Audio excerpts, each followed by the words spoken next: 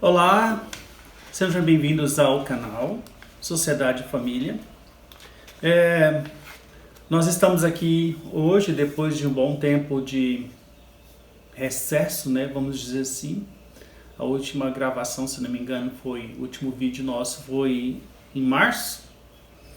Mas situações além da nossa vontade, né?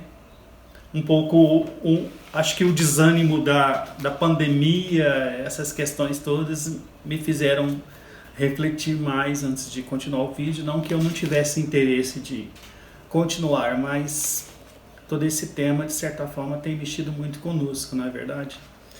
Então aqui nós estamos agora, dando continuidade à nossa proposta de lançar uma sequência de vídeos e de reflexões sobre família e sociedade, e seguindo um pouco a nossa lógica a partir de alguns estudos que nós estamos fazendo, que nós fazemos e que já vem acompanhando a mim como terapeuta de casal e de família e como estudante da sociedade, de uma certa forma, das questões sociais.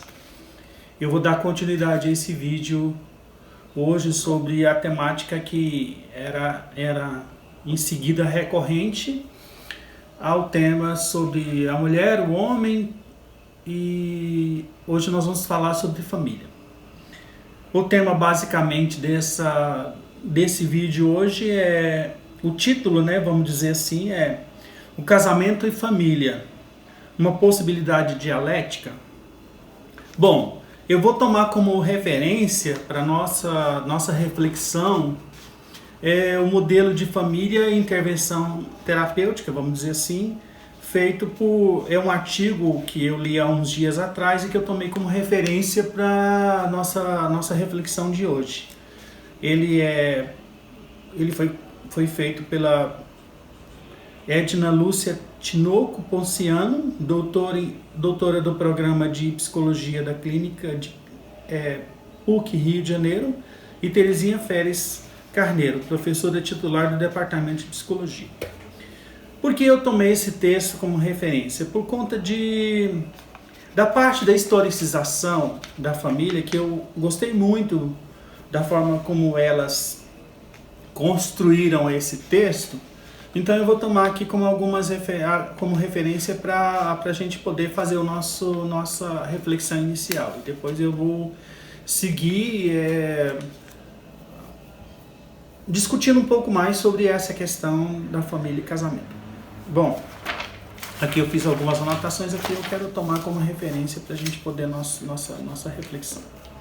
Bom, primeiramente eu entendo o que acho que não está no texto, mas eu quero apresentar aqui como introdução, é que hoje eu vejo a família depois de algumas reflexões, de algumas trajetórias e alguns estudos, eu vejo a família como um lugar de um processo dialético.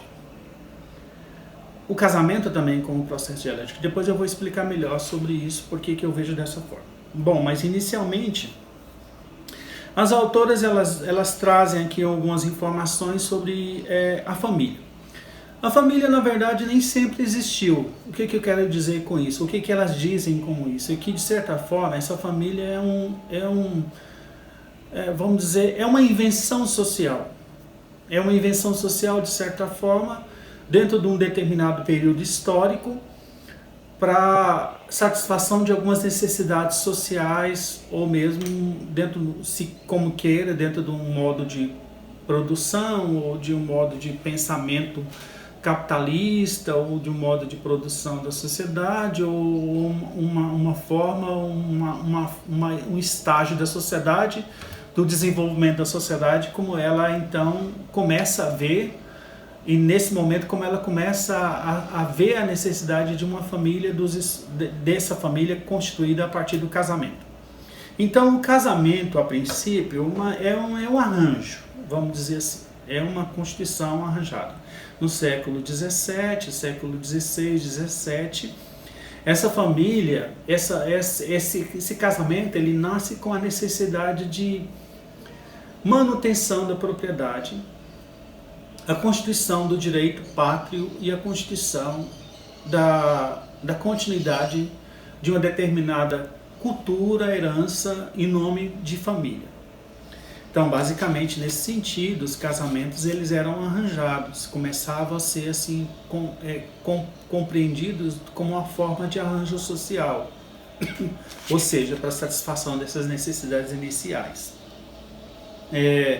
O casamento, nesse sentido, como mesmo coloca as autoras, os papéis eram desculpa, os papéis eram definidos desde sempre e era a partir da comunidade para o interior da família, do casamento, onde esses papéis eles ocupavam, de certa forma, alguns códigos, vamos dizer assim, códigos de vida social.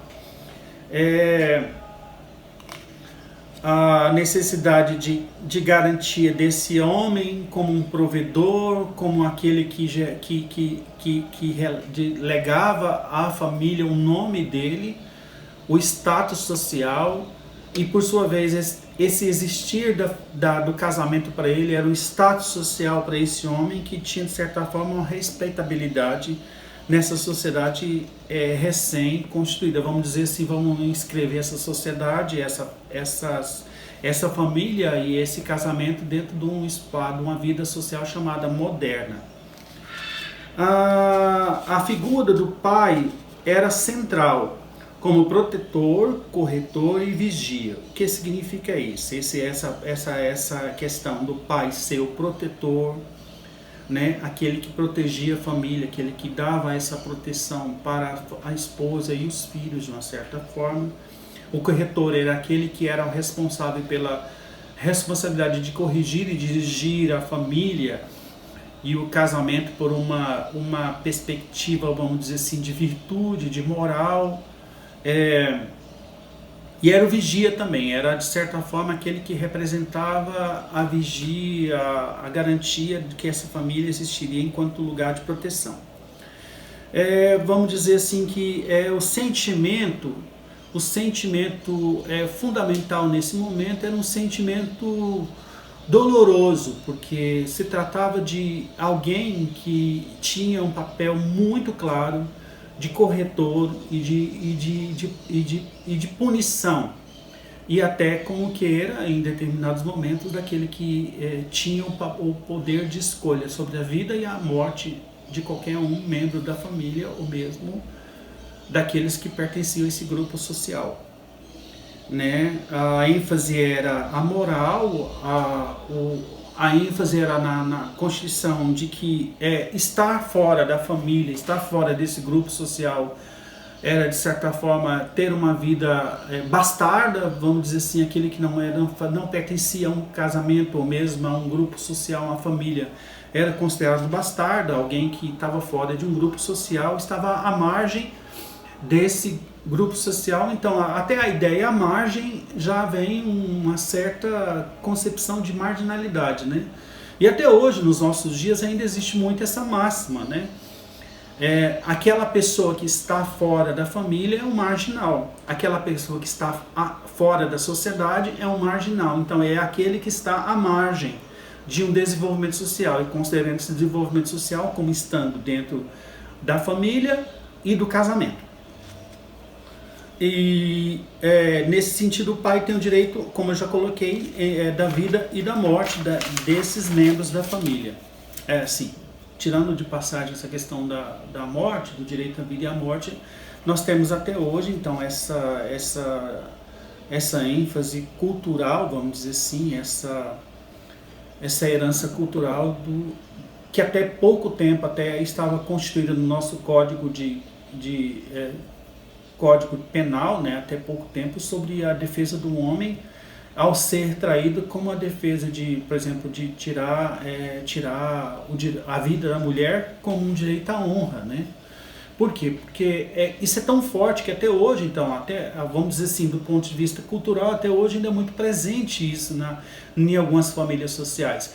E nessa pandemia, mais do que nunca, nós vimos isso, essa ênfase a partir desses elementos culturais dentro dos espaços familiares, onde o nível de criminalidade, de violência doméstica de feminicídio aumentaram muito, né? Em função dessa presença cultural, dessa ideia cultural de que o homem tem o poder sobre a família.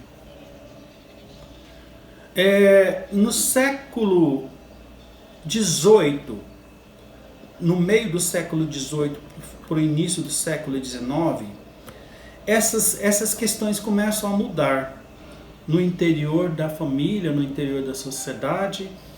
E o advento que vai, de certa forma, fazer uma mudança, trazer uma mudança significativa nessa concepção de família tem a ver com a Revolução Industrial. Por que a Revolução Industrial? A Revolução Industrial ela faz um movimento muito forte de busca de mão de obra para o recém-mercado intensificado de produção de mercadorias, não só da produção de mercadorias e para o consumo. Então, nesse momento, a indústria ela passa a tomar uma posição de mais abrangência na circulação de mercadorias e esse incremento vem para dentro da sociedade de um modo assim a exigir, a requisitar muito mais mão de obra do que era necessário até então no espaço anterior, onde a perspectiva era mais manufatureira, a produção era um pouco primária, a produção era estava bem até de certa forma bem no interior dos grupos familiares. Aí a gente até tem hoje ainda uma certa, vamos dizer assim, uma certa ênfase na produção primária, na empresa familiar. Por quê? Porque essa é uma ideia bem, vamos dizer, primitiva de modo de constituição de família, família relacionada ao comércio, família relacionada a um meio de produção, família relacionada a um meio de industrialização. E isso próprio da condição manufatureira. Tanto é que hoje nós temos assim essa herança de certos ofícios passadas de geração para geração no espaço familiar. Então, nesse sentido dessa Revolução Industrial, um dos sujeitos principais dessa constituição dessa família, ele vai ser a mulher. Então a mulher ela passa a fazer parte do mercado de trabalho, ela vai para o mercado de trabalho, e nesse mercado de trabalho, essa mulher, nas requisições que vão se dando para essa mulher no dia a dia, do processo industrial de produção, essa mulher ela vai refletindo, ela vai tomando consciência do lugar dela na sociedade, do lugar dela enquanto mulher, enquanto força de trabalho, enquanto sujeito vamos dizer, dessa engrenagem social. E isso vai alterar significativamente as perspectivas que essa família tem, que esse casamento demanda para essa mulher, e ela vai buscando então nesse sentido uma nova forma de se posicionar e de se colocar nesse espaço familiar. Consequentemente, na perspectiva sistêmica, onde quando um se move, todos se movem, ou seja, quando um elemento do sistema ele muda de lugar, todos os outros elementos do sistema também vão mudar de lugar. Bom, aí nós temos aí a primeira perspectiva dialética que a gente já percebe aí nessa situação. Por quê? Porque se trata desse sujeito dentro do espaço do casamento buscar uma nova forma de refletir, de pensar a vida dele e suas funções, e sua maneira de ser, seus sentimentos, tanto na vida objetiva quanto na vida subjetiva. Isso altera significativamente todo o espaço social.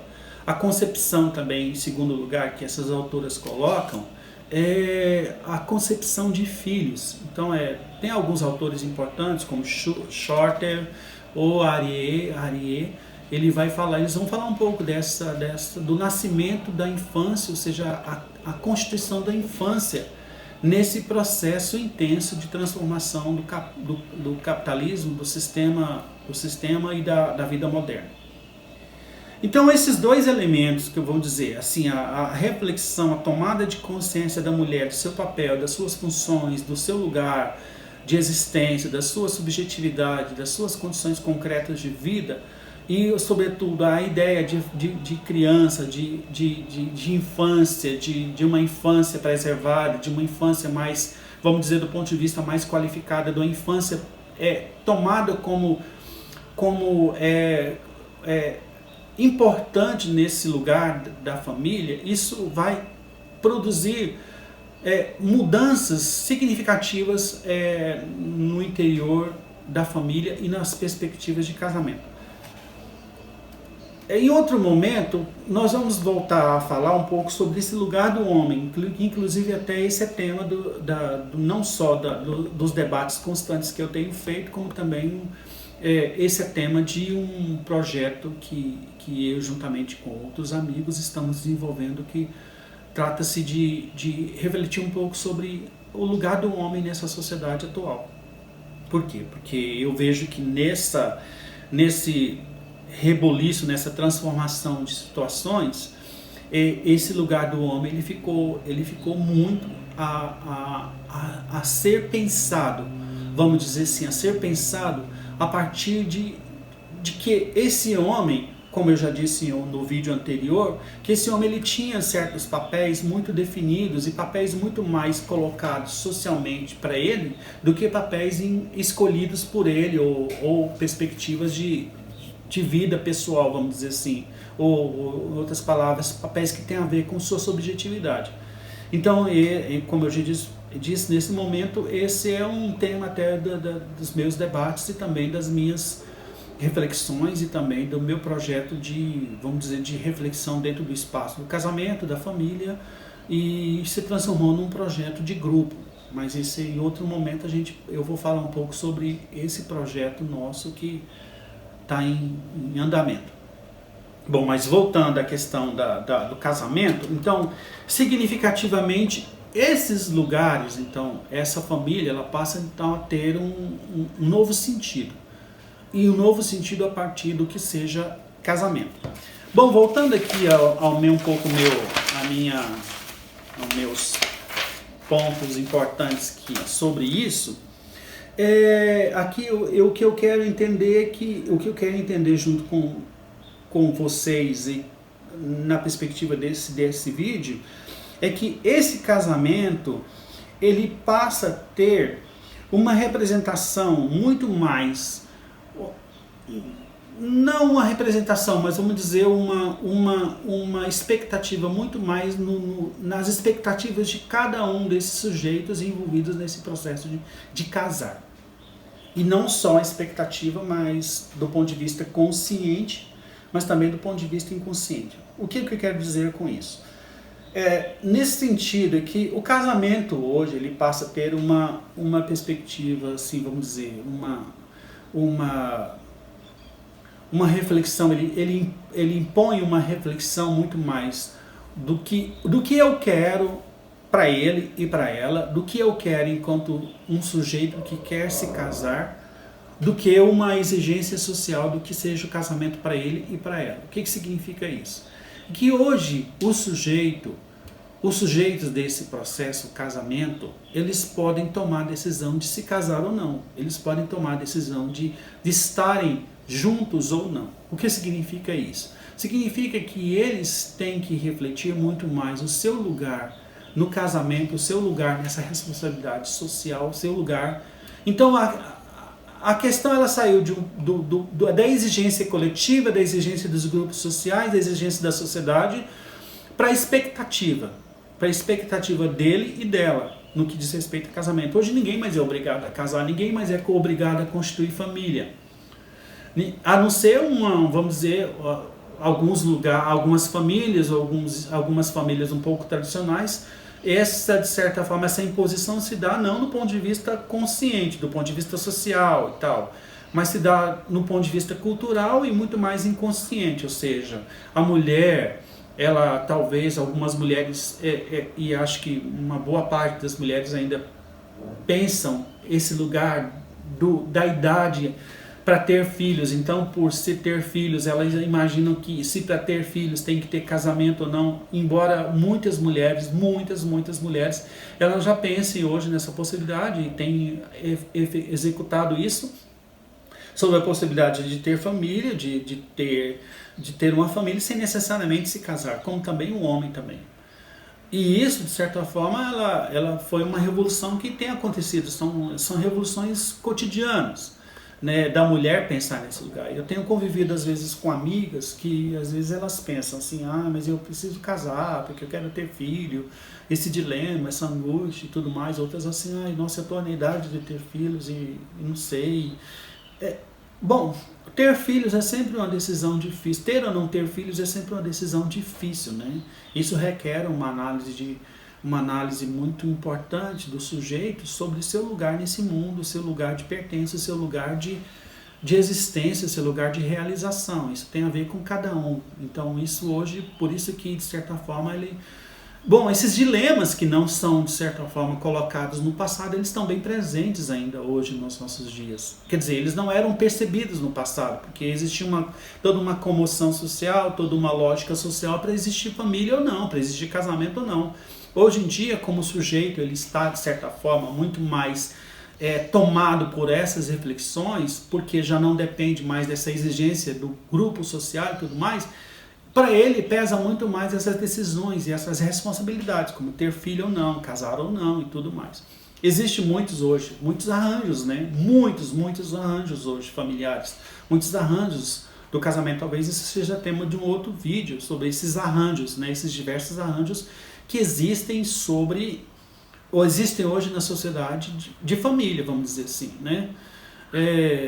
Então, esses lugares são pensados hoje, então a partir dos sentimentos e tudo mais. Outro aspecto que é levado muito em conta hoje é o casamento, porque o casamento não é só mais uma tomada de planos, de estar junto para satisfazer uma determinada demanda social que eu digo do casamento, uma demanda de certa forma dos dois, ou de morarem juntos, mas também tem a ver com planos, com projetos de vida, porque hoje a mulher, mais do que nunca, ela está presente na vida cotidiana com seus projetos pessoais, né? Com seus projetos de realização emocional, financeira, profissional. Então isso hoje é um elemento que traz muito peso para dentro do casamento, porque o casamento muitas vezes é uma escolha de dois, mas que vai